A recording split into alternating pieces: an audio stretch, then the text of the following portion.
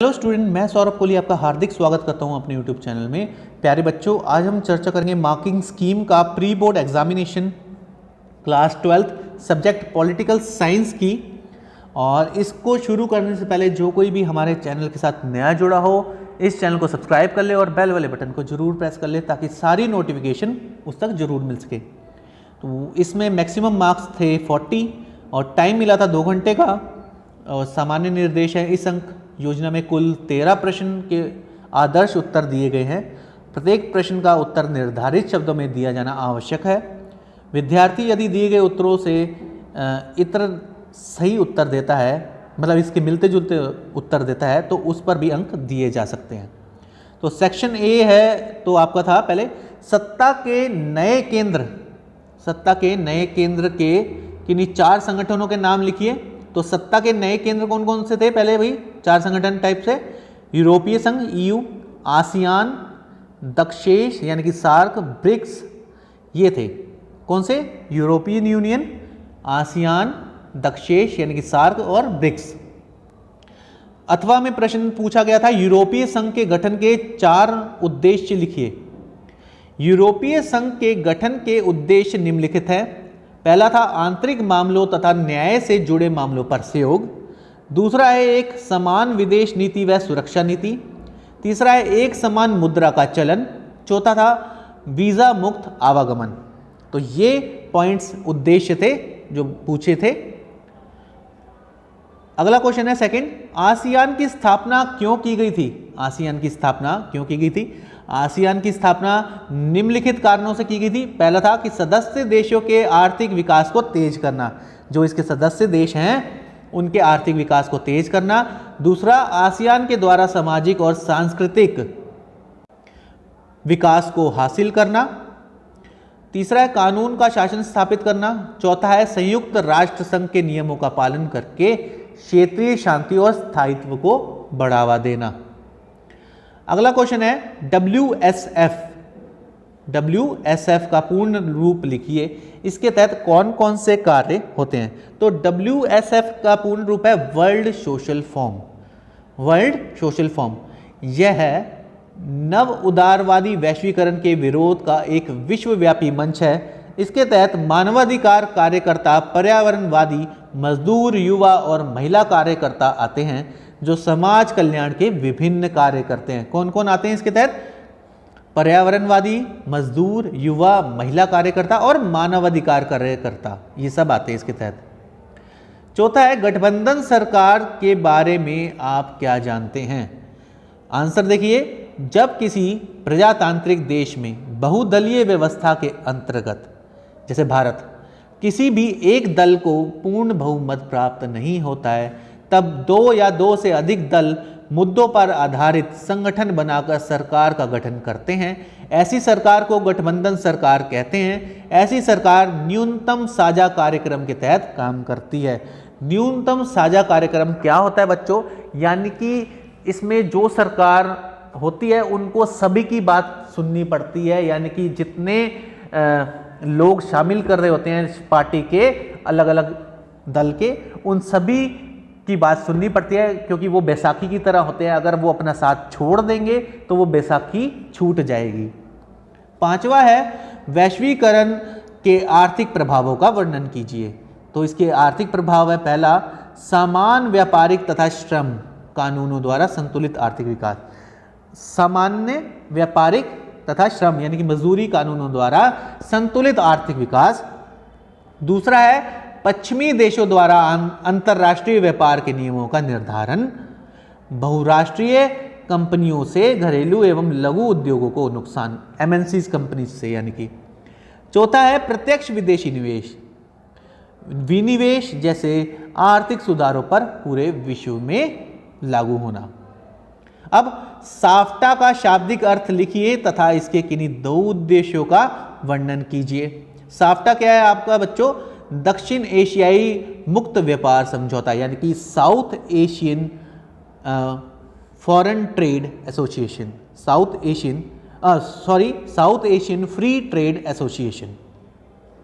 इसका उद्देश्य मुक्त व्यापार संबंधी बाधाओं को दूर करना, व्यापार एवं शुल्क प्रतिबंधों के सभी प्रकारों को समाप्त करने का प्रयास करते हुए अधिक उदार व्यवस्था स्थापित करना।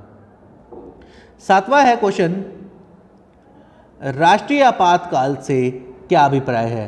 भारत में 18 माह का राष्ट्रीय आपातकाल कब और किस अनुच्छेद के अंतर्गत लगाया गया था?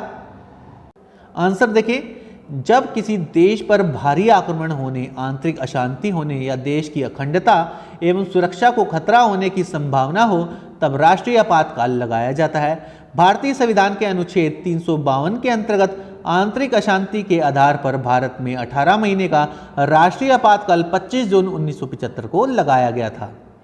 तो ये आपने देखा।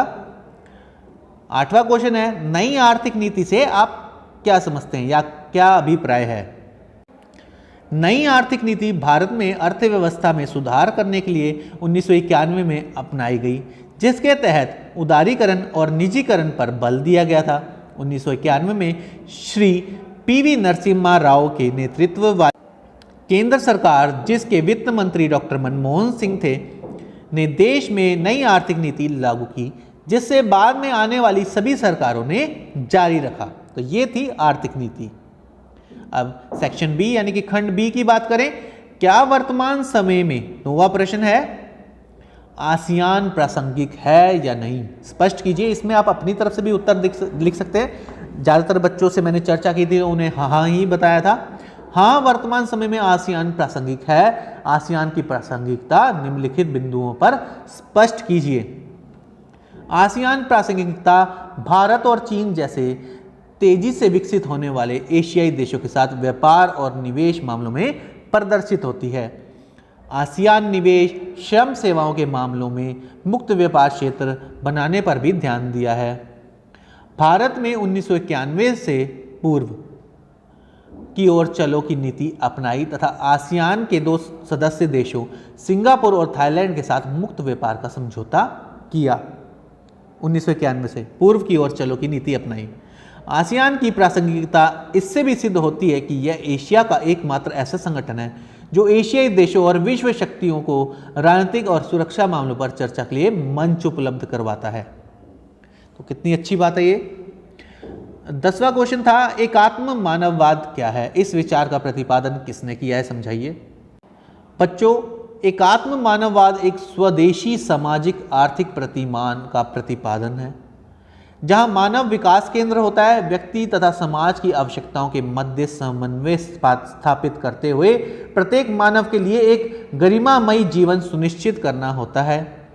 एकात्म मानव और प्राकृतिक संसाधनों के संपोषित उपभोग का समर्थन करता है, जिससे इन संस्थानों के पुनर्पूर्ति हो सके। इस विचार का प्रतिपादन पंडित दीनदयाल उपाध्याय द्वारा किया गया, जो एक दार्शनिक, समाजशास्त्री, अर्थशास्त्री तथा राजनीतिज्ञ थे। 11वां था, दक्षिण एशियाई के दिए गए राजनीतिक मानचित्र में 4 देशों को ABCD के रूप में चिन्हित किया गया है। नीचे दी गई जानकारी के आधार पर इन देशों की पहचान करें और अपनी उत्तर पुस्तिका में नाम के साथ साथ उपयोग करें, बताएं। तो इसमें इसका आंसर था, उपयोग की गई जानकारी की क्रम संख्या। वह देश जहां सार्क का मुख्यालय था, नेपाल। वह देश जहां 13वां सार्क शिखर सम्मेलन हुआ, बांग्लादेश। 2005 में किस देश को सार्क में शामिल करने की सहमति बनी, अफगानिस्तान। 2016 में भारत ने जिस देश के सार्क सम्मेलन का बहिष्कार किया, पाकिस्तान। आगे देखें 12वां क्वेश्चन, क्योंकि 11वां जो था उसमें वो ब्लाइंड्स के लिए था क्वेश्चन। ये देखिए आपका 11वां सेक्शन सी की बात करें, दक्षिण एशिया के देशों के बीच आर्थिक सहयोग की राह तैयार करने में दक्षेश सार्क की भूमिका और सीमाओं का आलोचनात्मक मूल्यांकन करें। तो दक्षिण एशिया के देशों के बीच आर्थिक सहयोग की राह तैयार करने में दक्षेश यानी कि सार्क की स्थापना 1985 में की गई थी। हम ये सभी जानते हैं, सार्क के सम्मेलनों में आर्थिक सहयोग पर बहुत से समझौते हुए हैं, जिनमें प्रमुख है जनवरी 2004 में आयोजित 12वां शिखर सम्मेलन, जिसमें ऐतिहासिक दक्षिण एशियाई मुक्त व्यापार यानी कि साफ्टा समझौते पर हस्ताक्षर किए गए। इस समझौते के द्वारा दक्षिण एशियाई क्षेत्र में मुक्त व्यापार संबंधी बाधाओं को दूर किया गया। व्यापार तथा प्रशुल्क प्रतिबंधों के सभी प्रकारों को समाप्त करने के प्रयास करते हुए अधिक उदार व्यवस्था स्थापित की गई।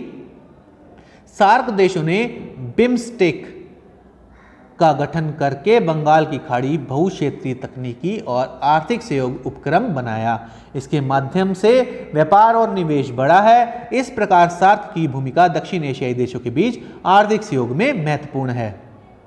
अब इसकी आलोचना देखें। आलोचना है कि दक्षिण एशिया की बेहतरी के लिए अधिक महत्वपूर्ण भूमिका निभाने के लिए आवश्यक है कि यह विश्व के अन्य शक्ति के केंद्रों की भांति काम करे, जैसे यूरोपीय संघ की तरह एक विशाल राज्य की तरह काम करे, जिसमें अपना झंडा, गीत, स्थापना दिवस और अपनी मुद्रा हो।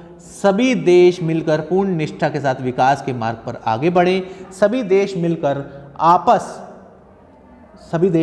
आपस में सीमा नियंत्रण समाप्त करके एकीकृत बाजार का गठन करें। भारत और पाकिस्तान जैसे बड़े देश अपने आपसे मुटाव को दूर करके दक्षेश को सफल बनाने में महत्वपूर्ण भूमिका अदा करें।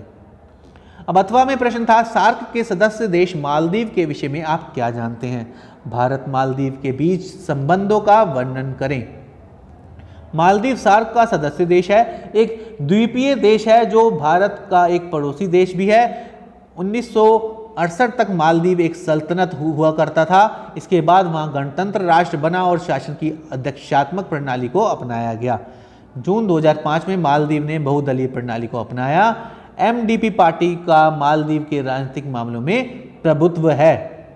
मालदीव के साथ भारत के संबंध काफ़ी अच्छे रहे हैं, सहयोगपूर्ण रहे हैं। 1988 में मालदीव में बड़े भाड़े के सैनिकों द्वारा किए गए संयंत्र को नाकाम करने के लिए भारत ने वहाँ सेना भी भेजी थी। भारत ने मालदीव के आर्थिक विकास, पर्यटन और मत्स्य उद्योग में भी सहायता की है। भारत और मालदीव ने 2020 में 4 समझौते पर हस्ताक्षर किए हैं। 13वां प्रश्न था, गठबंधन सरकारों के उदय के किन्हीं 3 कारणों का वर्णन करें। गठबंधन सरकारों के पहला था राष्ट्रीय राजनीतिक दलों को कमजोर होना। भारतीय राजनीति में 1980 के दशक के बाद राष्ट्रीय स्तर पर राजनीतिक दलों के नेताओं की आपसी फूट के कारण राष्ट्रीय दल जो थे बिखरते चले गए और राष्ट्रीय दल कमजोर होते गए। परिणाम स्वरूप लोकसभा के आम चुनाव में किसी भी राष्ट्रीय दल को पूर्ण बहुमत नहीं। बहुमत की सरकार बनाने के लिए सबसे अधिक सीटों वाले दलों ने छोटे छोटे क्षेत्रीय दलों को सहारा लेना शुरू कर दिया और उनकी ये मजबूरी भी थी। दूसरा है क्षेत्रीय राजनीतिक दलों का उदय और सरकारों के निर्माण में बढ़ती भूमिका। 80 के दशक के अंत में और 90 के दशक के शुरुआत में सामाजिक विचारधारा प्रबल हुई और पिछड़े एवं वंचित वर्गों के लोगों में राजनीतिक जागृति आई तथा देश में बहुदलीय व्यवस्था के अंतर्गत विभिन्न छोटे छोटे राजनीतिक दल बने। परिणाम स्वरूप इन क्षेत्रीय दलों ने केंद्रीय स्तर की सरकार के साथ गठबंधन करके केंद्र में अपनी महत्वपूर्ण भूमिका निभाना शुरू किया। तीसरा पॉइंट था अवसरवादी राजनीति का उदय। 1990 के बाद भारतीय राजनीति में सामाजिक, आर्थिक व राजनीतिक स्तर पर कई बड़े बदलाव आए। जाति व संप्रदाय आधारित अवसरवादी लोगों ने क्षेत्रीय दलों का गठन किया और क्षेत्रीय दलों ने अवसरवादी राजनीति करना शुरू किया और गठबंधन सरकारों का कारण बने। अथवा में देखें, क्वेश्चन था सुशासन किसे कहते हैं? भारत की वर्तमान केंद्र सरकार द्वारा सुशासन स्थापित करने के उद्देश्य से कौन कौन से कार्यक्रम चला रही है, वर्णन कीजिए। ऐसा शासन जो लोक कल्याणकारी हो, जिसमें गुणवत्ता हो और अपने आप में एक अच्छी मूल्यवान व्यवस्था को धारण करता हो, उसे सुशासन कहते हैं। वर्तमान में केंद्र सरकार में सुशासन सबका साथ सबका विकास को मुद्दा बनाकर चुनाव लड़ा और बहुमत प्राप्त किया। वर्तमान केंद्र सरकार सुशासन तथा विकास को जनता के लिए उपलब्ध कराने के उद्देश्य से विभिन्न कल्याणकारी योजनाओं की शुरुआत करती है। वो इस प्रकार है, जैसे स्वच्छ भारत अभियान, बेटी बचाओ बेटी पढ़ाओ। आगे देखिए, प्रधानमंत्री जन धन योजना, प्रधानमंत्री उज्ज्वला योजना, किसान फसल बीमा योजना, आयुष्मान भारत योजना, दीनदयाल उपाध्याय ग्राम ज्योति योजना। तो इस प्रकार ये हमारा पूरा जो पॉलिटिकल साइंस का क्वेश्चन था वो कंप्लीट होता है। इस चैनल से जुड़े रहिए, इसे लाइक शेयर सब्सक्राइब करना बिल्कुल ना भूलें। धन्यवाद।